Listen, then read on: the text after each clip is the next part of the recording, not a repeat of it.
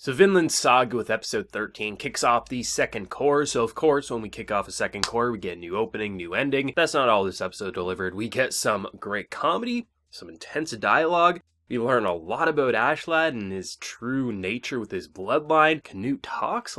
This was a good episode, I have to say. Now, speaking of the opening and ending, last season, with the first core with its opening and ending, the opening was my favorite thing of that season, hands down, and I loved the ending as well. This time, we get a new opening and new ending, and usually what happens is, when you have a really intense opening or just really fan favorite, you can never live up to the hype. The first opening was just something I wasn't expecting.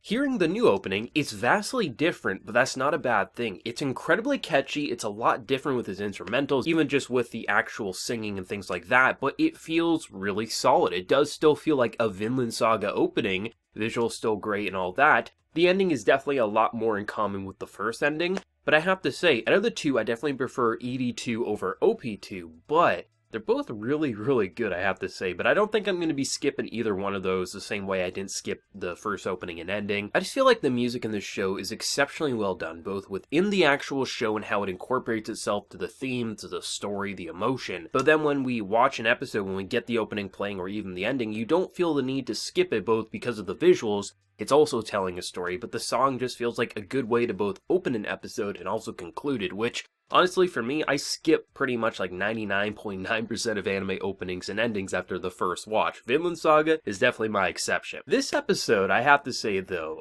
once again, just further proving why I love this world so much. It's a vast and real world where, in most authors, most anime, what you would typically see is when you have a character like Thorkill pursuing someone like Askeladd and company, what would happen is typically when an ambush would come in, you would naturally think, okay, it's going to be Thorkill maybe sending a messenger, and that's how this happened, which is actually what I thought last week and what I said last week. I was wrong, because Vinland Saga is bigger than just two characters or a handful of characters. If you go to foreign land, and even if you send a messenger yourself, it doesn't mean you're always going to be welcomed with open arms. That's what I love about Vinland Saga. It's all about having these different perspectives and characters who maybe we'll only see for a couple of episodes before never seeing them again, or they might become incredibly important characters throughout the run of this series. I love how, in a lot of series hands, what would happen is we would have had a bloodbath, and instead we got intense dialogue. And I'm sure for shonen fanboys, this is what they consider boring, but this isn't boring. This is intense dialogue that has story and characters being explored in an exceptionally strong way. I love this standoff, because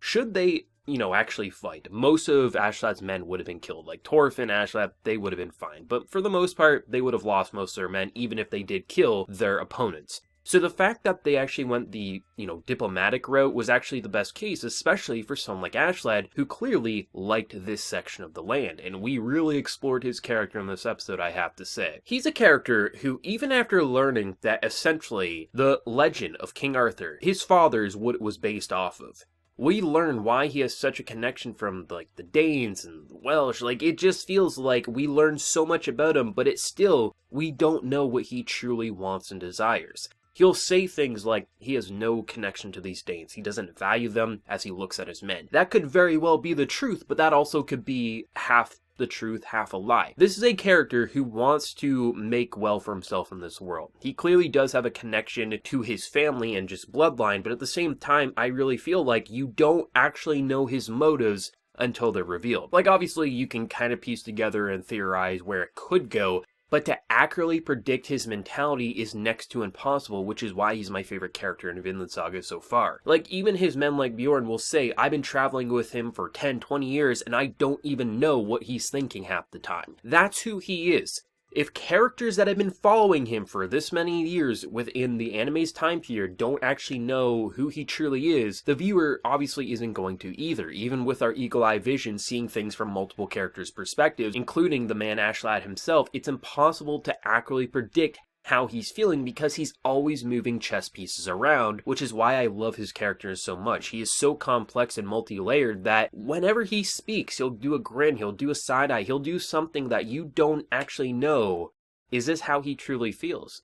because he could easily be playing both sides. He might be playing one side. He might be playing no one. That's what's so interesting. I love how this episode in particular really explored just like, even though we learned so much about who he is in terms of his bloodline, we still don't know what his actual desire is. He says that he wants a peace treaty to make sure that the land will never be invaded, which could be true, but at the same time, we know this is a man who wants a good life for himself. So where does he truly want to go in this world? Would he sell out the people who he says he absolutely hates, or does he actually like them more? Does he follow the gold? This is what's so interesting about his character. That's why I'm so glad it wasn't action. It was more diplomatic on terms of the dialogue and things like that, because it was absolutely incredible. And it was especially interesting seeing how he was interacting with Canute in this episode, because this is the very cowardly prince, or as he'll say in this episode, how he's just very cautious. And I love how the plan at the start was actually pretty good. Hey, you're the prince. If you give them some harsh words, they'll shit their pants, basically. But he can't do it. He can't talk in front of people. And it's really interesting because technically Thorfinn as well as Canute are the same age, but they're so vastly different because of life experiences.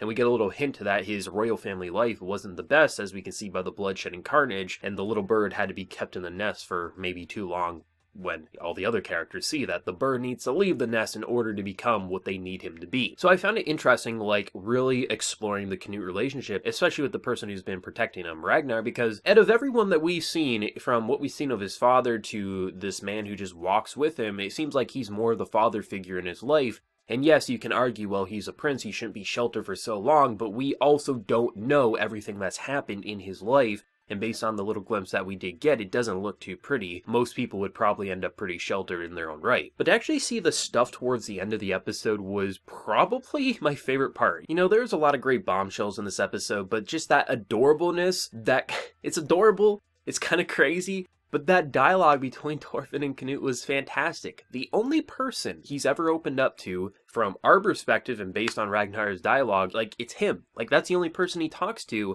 And he eventually snaps, because all his life, no one's ever treated him like this to his face, because Thorfinn's an asshole. Like, he grew up in such a twisted way that he's so just cold and ruthless, and that, you know, people would want to call him edgy, but that's just because of how disconnected to normal humanity he is. And he'll call him out and insult him, and that actually makes him snap and feel more comfortable around people. It was such an interesting scene to see the characters' faces, jaws on the floor. They were like, are you kidding me? Prince is actually talking? And he's arguing. It's almost like they were friends, and just that banter was just wholesomely adorable, and I love how that was basically how we wrapped up the episode, just really getting that every time Thorfinn would talk to him, it's just like, man, this is such a cowardly prince. And then he finally snaps and says, I'm not a coward, I'm just cautious. And that really, it spells out some interesting things for the future of Vinland Saga. It really feels like the relationship between those two could be so interesting, with how they could either become friends, you know, frenemies. Like, there's so many ways they could explore those two characters, and I'm really excited to see, because this almost feels like the first step in leaving the nest. And it's interesting that it wasn't because of Askeladd, it was because of the man that he's kept in company who wants to kill him for all these years. Like, it's kind of fantastic. The whole diplomatic side of things, though, when it was just three men talking and really breaking down bloodlines and trying to convince that this is our plan,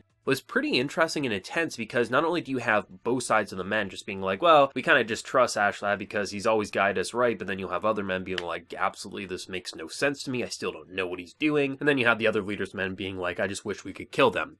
And then you just get three men just standing there talking as if, man, this feels like the biggest conspiracy being planned here, and we still don't know what the man leading said conspiracy really wants at the end of the day. And that's what's so fantastic about Vinland Saga, is that even when it appears that they reveal information, at the same time that reveal leads to more questions, which continues the motion and the wheel spinning, so we never fully stop and say, okay, we've seen enough of this character, let's focus to a different one. The reason characters like Askeladd are so fascinating is because even when we learn more about them, we still don't know everything that we need to fully feel satisfied with their character. So if they were to just die right then and there, we would be like, oh man, we still don't really know what his plan was at this point in time. Which isn't always a bad thing when you just kill off a character and end a story arc and, you know, move your perspective to another. But right now, it's really nice to see how much we're really exploring with just, the Thorfinn, Askeladd, and even Thorkill dynamic, and now with Prince Canute actually talking, it kind of lends itself to have a lot of interesting potential for story arcs in the future. This episode was pretty much just characters standing around talking. There wasn't much more past that if you really break down on a surface level, but this was one of the more intense episodes just for the massive info dump, but also character progression.